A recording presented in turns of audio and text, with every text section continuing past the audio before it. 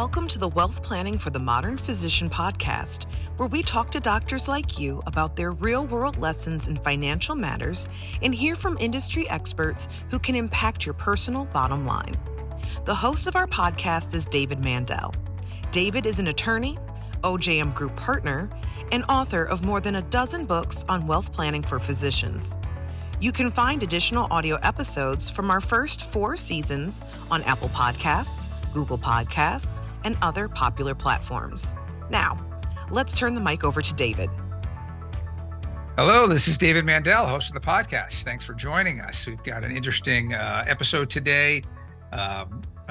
Knowledgeable guest who's got an interesting business we're going to hear about that I think all physicians, those in aesthetic medicine and really any other private practice doc should have their ear to this or their eye to it. For those of you on video on YouTube here, I have to keep reminding myself we do that after 4 seasons. So let me tell you about Shannon Seeberan and then bring her on. So Shannon's career has taken her from the publishing and advertising areas to become an aesthetic medical practice growth expert. She's currently with CloudMedSpas as a co-founder of that business. CloudMedSpas has a very interesting business model that when I heard about, I wanted to bring her on the program. Obviously, we'll get into this shortly, but for all you physicians, as I just mentioned, even if you're not in aesthetic space, there's something here for you. So just stay tuned. With that, Shannon, welcome to the program. Thank you. I'm happy to be here. So let's start talking. Let's start with a little discussion about you and your career, because you've been in various areas of business, and I think there's some things people can learn before we get into CloudMedSpas. So tell us about your first phase of your career briefly. What did you do before getting involved in the business of medicine? Well, I was in New York City for quite a few years working in media sales and client relationships, and all of that was really endemic to what I love to do. And so that aspect of marketing and client management and always seeking new solutions for my clients' businesses to thrive was something I enjoyed and was really good at. I did pivot my career before going into the business of medicine, basically. And it was sort of near and dear to my heart. I grew up with a father who was a general practitioner. His private practice was attached to our house. My mom was managing his clinic. And so the discussions of, the business of medicine have been at my dinner table since I was little. So really understanding the challenges behind just the day-to-day care of taking care of your patients. So obviously 4 years ago, I joined CloudMedSpas and met Iggy Fanlo, the founder of CloudMedSpas. And we've seen a ton of growth, and we are supporting, obviously, both physicians and practitioners of medical aesthetics in this space. But most importantly, our solution helps practice owners, healthcare owners monetize their medical space. Yeah, we're going to get into that. That's the thing that I thought was really unique, and I hadn't heard of it. And I think a lot of the docs listening to this and watching this have not heard of that. So as you moved from publishing and advertising into business of medicine, and you started in the aesthetic space, helping aesthetic practices grow, what were some of the takeaways for them? What were some of the key lessons you were having your clients learn? Because certainly we have plenty of folks who are in the aesthetic space listening and watching, but also I think there's lessons here even for those in other specialties. So give us a couple of the things you would help those kind of clients with. Yeah, and I think a lot of things I was obviously consulting in aren't really focused on one specific specialty of medicine. They branch across all practices. But the biggest takeaway was really a lot of my clients, a lot of the physician-owned practices, the business of running a business, of managing people, of the flow and efficiency of a business was not something that physicians at their core had a foundation for. Of course, that's not something, they're learning in medical school. So being able to come in as an outside consultant that didn't have a bias to a specific device or drug was a huge help to a lot of these privately owned practices who really struggled with just the day-to-day management of their business. A lot of physicians are running their practice in the mindset of that day. They're not planning for the future, managing, a lot of their staff and incentivizing staff and making sure staff are just as invested in their business growth as they are, is just not top of mind. And so being able to manage the business growth and give them a big picture, project possible goals that they can set was highly rewarding. And we saw results right away. It didn't take much of an effort to do that, especially when we were integrating the potential cash business of medical aesthetics into the practices I was working with. You mentioned incentivizing staff. Was that typically something that you worked on from a financial point of view, meaning putting some kind of compensation in place that had a incentivizing element to it, or was it other elements like kind of encouragement, team, more HR, what you might call soft elements? What do you think, or some combination of those? To talk about that. Yeah, that's a great question. It was a hybrid of both, right?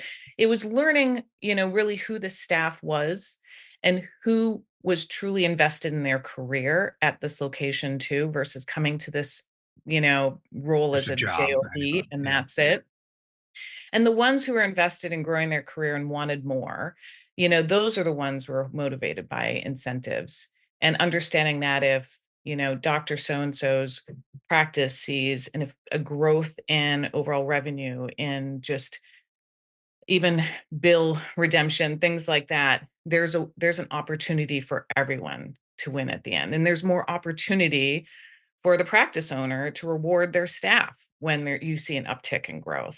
So just to get everyone on the same page is growth can benefit everybody. And so getting the staff invested in more of the client relationship, how we can get the clients, the patients, sorry, more invested in opportunities outside of their medical appointments, what they would potentially pursue outside of medical appointments, possibly branching into aesthetics was a huge opportunity.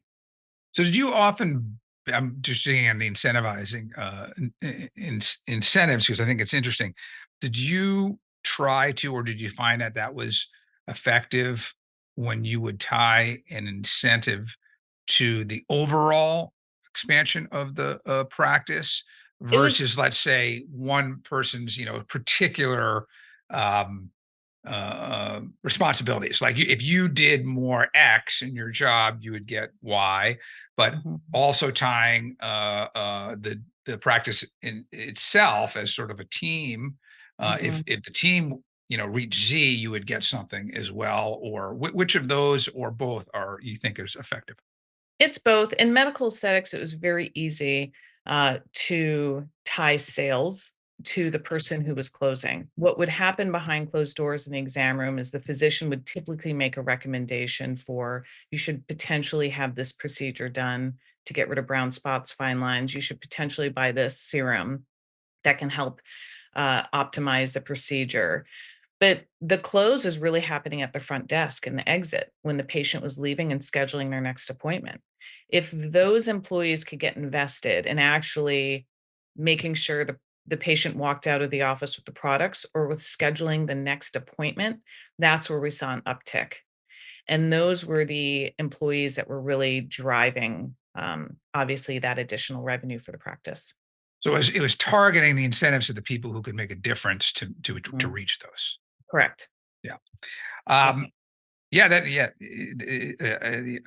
get it, and it makes sense to me. So I want to shift though to another thing that you're doing. I didn't read it in the bio, but I saw it, and as we talked, about your experience, you do some outside of your main position, which we'll talk about. Some pro bono consulting with small businesses. Tell us about that, your role in doing that, why you do it, And what kind of businesses do you work with, and what are you focusing them on?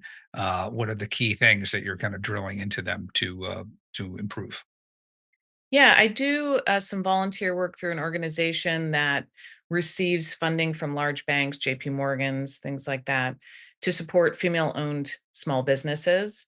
And what I find, a passion of mine is female entrepreneurship and Yeah. wanting to support these small businesses as well. A lot of people in business ownership aren't equipped necessarily with all the tools to run their business, whether it's pricing margins, marketing, allocating the necessary time each month for business growth and pulling in their entire team to be a part of the process. So that's been highly rewarding. But at the end of the day, it really does tie into a lot of what we're doing with Cloud Med Spas. The majority of practitioners in our network tend to be uh, independent, female, mostly female, medical aesthetic practitioners who are seeking their own business opportunity. They're growing their own business. They're starting it on their own. Our platform enables them to do that. So it's highly rewarding to sort of give that empowerment when people don't think they necessarily have the gumption to do it. Entrepreneurship, I think 20 years ago meant something completely different. It meant taking out a large loan from a bank and taking on a lot of risk. These days, with the resources we have access to, it is not that risky. You just want to make sure you get access to resources and the potential partner or help that will help you get off the ground. A lot of the practitioners I mentioned that we work with are in the field of medicine. They're RNs and NPs and PAs.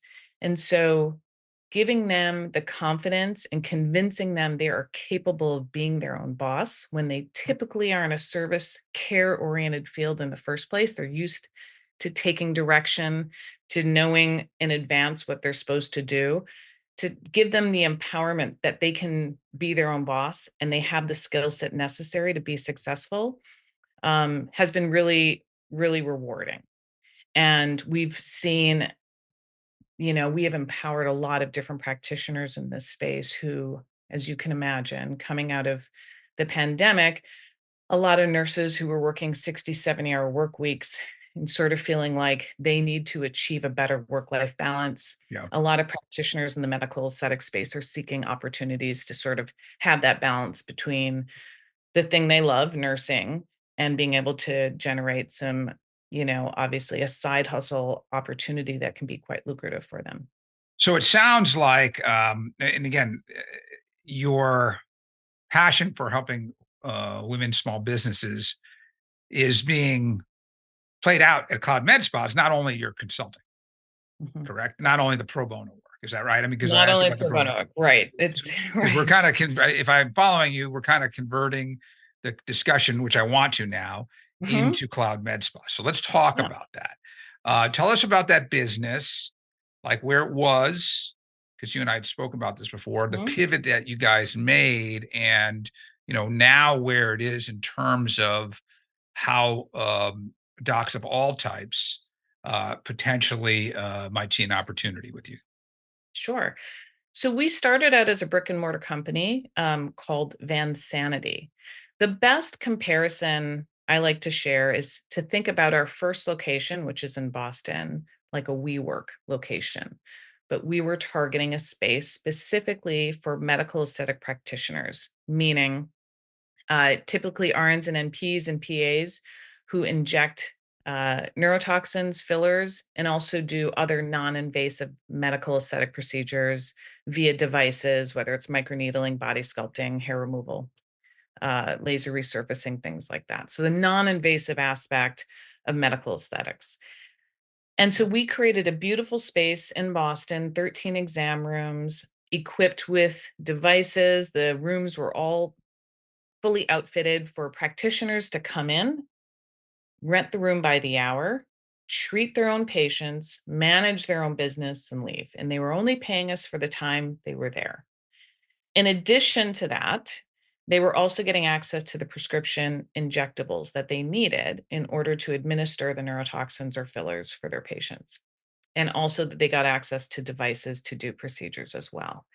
So we were equipping them with all the expensive resources to run their own med spa without the cost of undertaking all of those investments. So we said, come here, use all of the tools we have, treat your own patients, manage your own patient list, manage your own EMR, EHR, manage your own transactions, set your own pricing. Just rent from us by the hour and access the resources you need when you need them. So it really empowered this movement of medical aesthetic practitioners who were seeking working independently.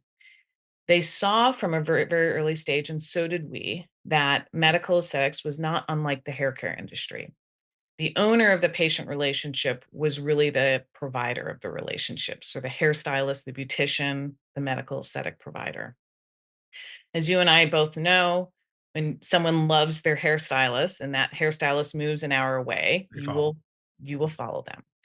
That is not dissimilar in the medical aesthetic space. So when practitioners were getting employed, whether it is at a med spa or a plastic surgeon or a derm, and they would leave, the bulk of the patients would follow them, as assumed. And so from the medical practitioners, from the practice owner or med spa owner, you were in this constant cycle of acquiring patients to keep your employees busy, but you had no control as to whether they stayed or left. And when they would leave, you would take a large hit in your revenue because they took patient revenue with them. And so the model we came up with, obviously, initially Vansanity, was fulfilling that need of practitioners wanting to work independently, but not having the resources financially to open their own med spa and Right. have their own space. So what's exciting about CloudMedSpas is we took that model, we took that platform, and now we're empowering everyone in the space. So both the owner and the practitioner. And now, whether you're a physician or a med spa owner or a healthcare provider or a gym, or you have a health space, now you can leverage your additional space from the rental model that we provide and provide access to medical practitioners, aesthetic practitioners who are looking for space to practice and treat their own clients. So now through the Cloud Med Spa software, you have a built-in system, and I like to compare it to OpenTable. So think about restaurants that are powered by OpenTable. OpenTable empowers them to have the most efficient seating during lunch and dinner hours. OpenTable also, has resources like buying for obviously the produce, the food they need. So OpenTable is this software platform that's empowering restaurants to be more efficient spaces. That is very similar to how sort of Cloud Med Spas works. We are helping Dr. So and so of the OBGYN practice who has 4 exam rooms, 2 of which are underutilized, rent underutilized space out to medical aesthetic practitioners on days that they choose to give access to those rooms. Through the platform, these practitioners renting the space also have access to the prescription product they need to treat their patients. As the owner of the practice or location, you are not accepting any additional liability from having the practitioners in your space. You are, basically a landlord for this opportunity, but you're generating a very healthy revenue stream, rental revenue stream for your practice. So we see our goal as alleviating a lot of the overhead stress of practice owners who are struggling with all the multiple overhead costs, whether it's salaries, leases, bad insurance margins, whatever it is, the cost of running your business. Now we're providing an additional revenue stream option. Are you maximizing your real estate? Is your space as full and as potentially is used and maximized at the potential it can be? And we have an opportunity via the growth of the medical aesthetic space and the practitioners who are seeking space to work independently. We have an opportunity for you to tap into that potential revenue. So based on what you said, and you and I have talked before, but this is, I think, that the part that is of really of interest. And I liked your analogy of open table, which is something I use pretty often myself. So, Hmm. um, so I know a doc who is a solo uh, practitioner, not in aesthetics whatsoever. Okay, and they have a space and busy practice, but they realized early on, years ago, probably over 10 years ago, that they had um, they weren't they have capacity with their rooms. And I don't know if they approached this dermatologist or the dermatologist approached them or somehow the hospital. I can't remember how they connected, but essentially the dermatologist who has their main office 40 miles away, but where this solo doc is a wealthy area, and they were building up a patient base and said, "Listen, I could use the space 1 day or 2 days a month." Now I think it's increased since then to maybe 3 or 4 days, but for the doc, let's just call him a gastroenterologist, not gastro, but just to say, um, why not? Right? I mean, they had the space open. They have a professional office in a nice building. So for them, hey, we're not using the space anyway. And they can bring this dermatologist, can see their patients there.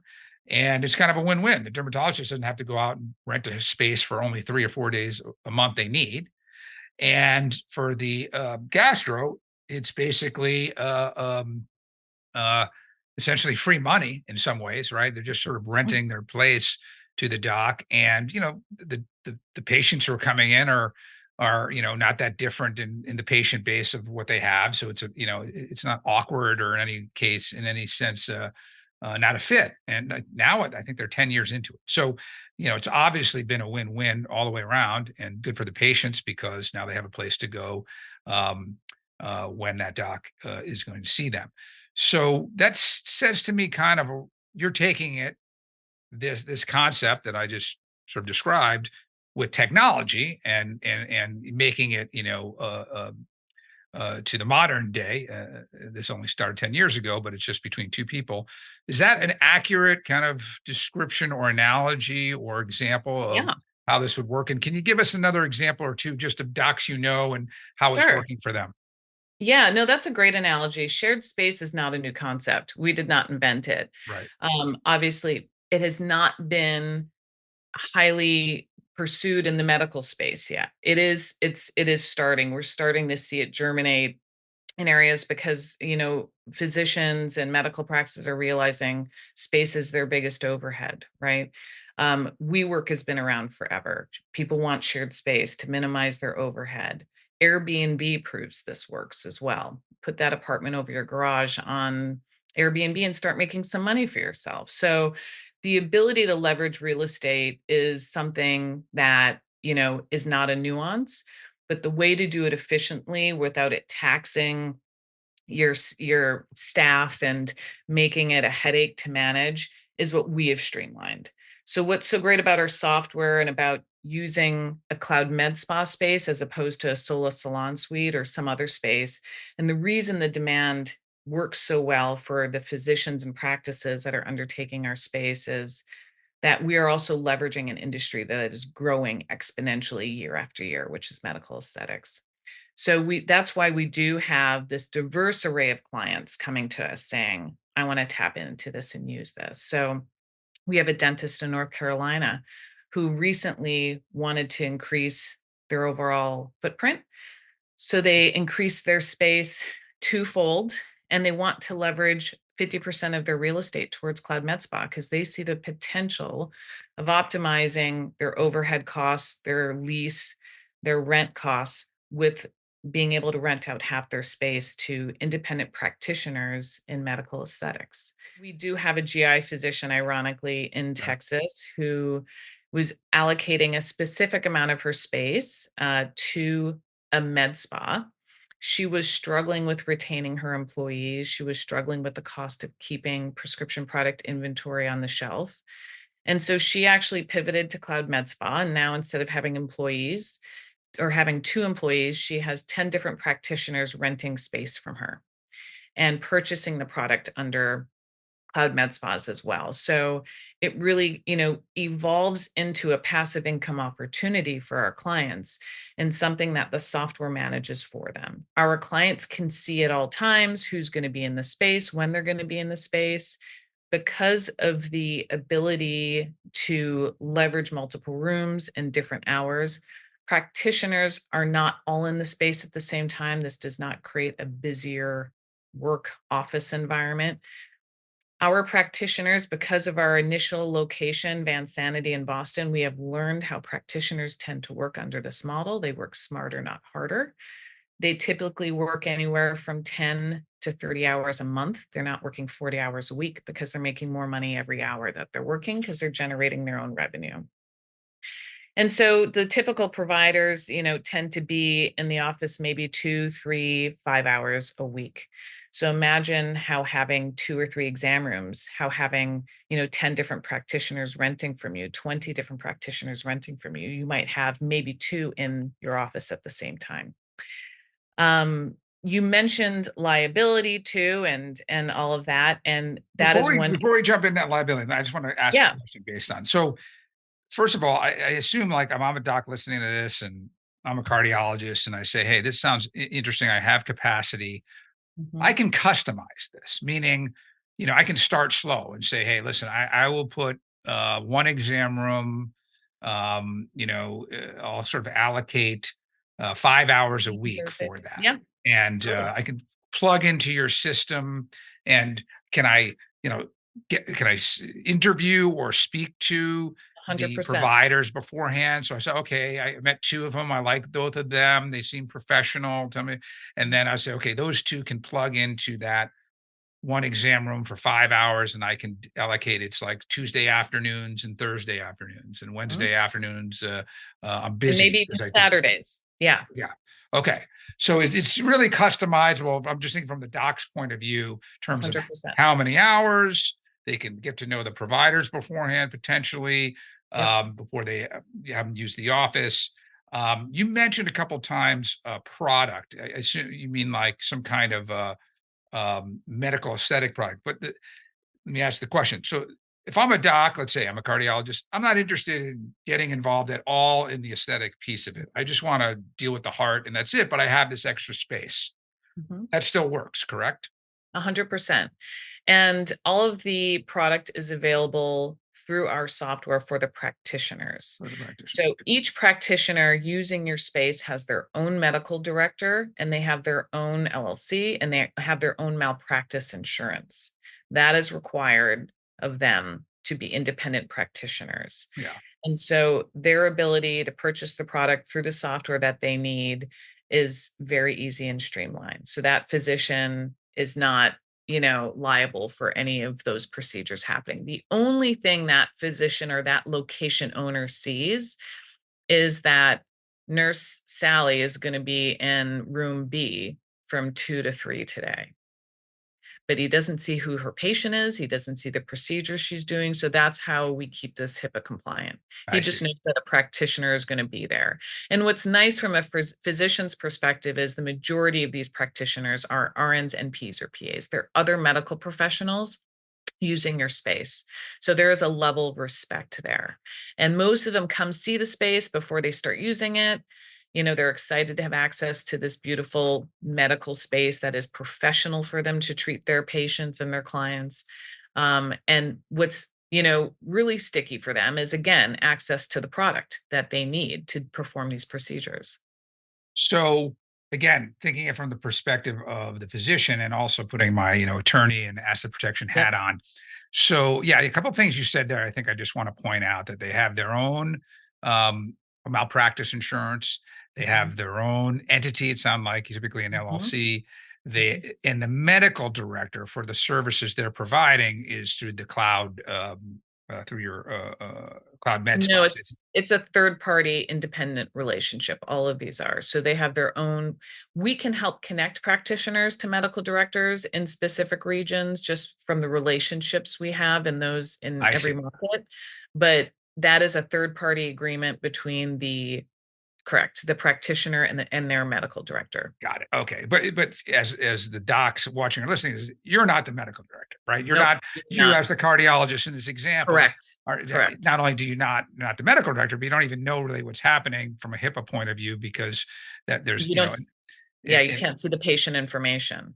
and obviously you guys have done your due diligence here. You've done your work because this is based in your model. But I would tell the docs listening to this and watching is again, for me, first pass sounds very intriguing, but work with your local healthcare attorney and say, hey, listen, I want to see the agreement between the patient and the and yeah, CloudMedSpa or whatever that attorney wants to get comfortable, so Mhm. that yes, you can use your space and not be concerned about you getting dragged into any kind of liability that might go on this aesthetic side of things. And I assume it's no different, David, than your friend who's renting space in the other city from his other physician friend, That's right? right.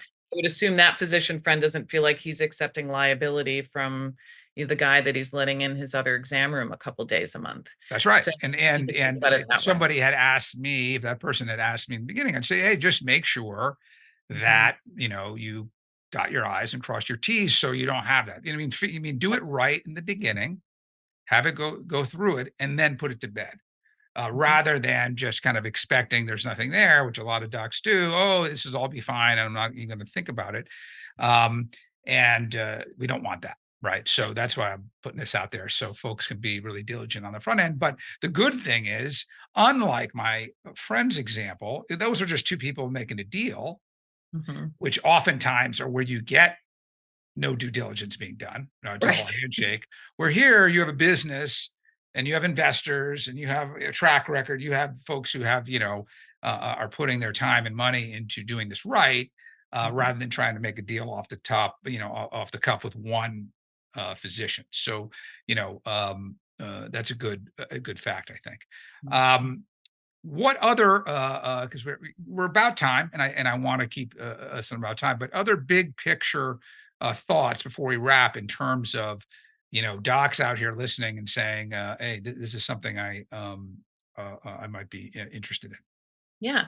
Well, I would just say I think it's impactful to give sort of an overview financial, what does this mean, Yeah, right? Financially, okay. potentially. Yeah, If you have a practice and you have one or two exam rooms, you could potentially have anywhere between 10 and 18 practitioners renting one and two exam rooms based on the availability of those exam rooms, the days per week, the hours per day, things like that.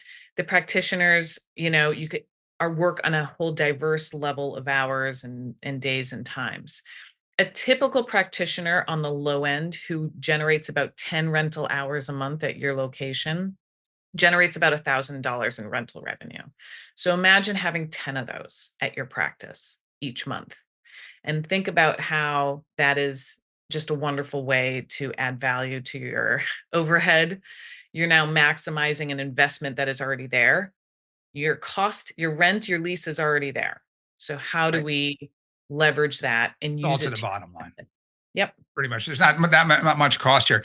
And I mean, of course, there is some potential synergy. People coming in, something for their face, they might eventually need a totally. colonoscopy. So, Yeah, there you they may not be go. thinking about it, but at some point they might. Uh, at least they'll know you do that Yeah, and where your the location is. networking is great, Yeah. 100%. Yep. Um, so yeah, that's great. I think it's a really interesting concept. I wish you really well with it. And I think for the docs, listening and watching, if you've got um, spare space, like you said, Shannon, I think you didn't invent shared space, and there's some models out there, whether it's in the hair area or it's open table, that it's applying a kind of tried and true business concept to a new area. Yeah, thank you for having me. And, please, to anyone who's listening who's interested in learning more, let's have an informational call. This is not a commitment, but it's sort of like, let's dive deep. Let's do a pro forma. Let's figure out if this is a fit for your practice or your location. I think it's just, knowledge is power. So find out if, this could potentially work for your practice. So my contact information is obviously being shared by David in the notes, and I hope to, obviously speak with anybody out there who's interested.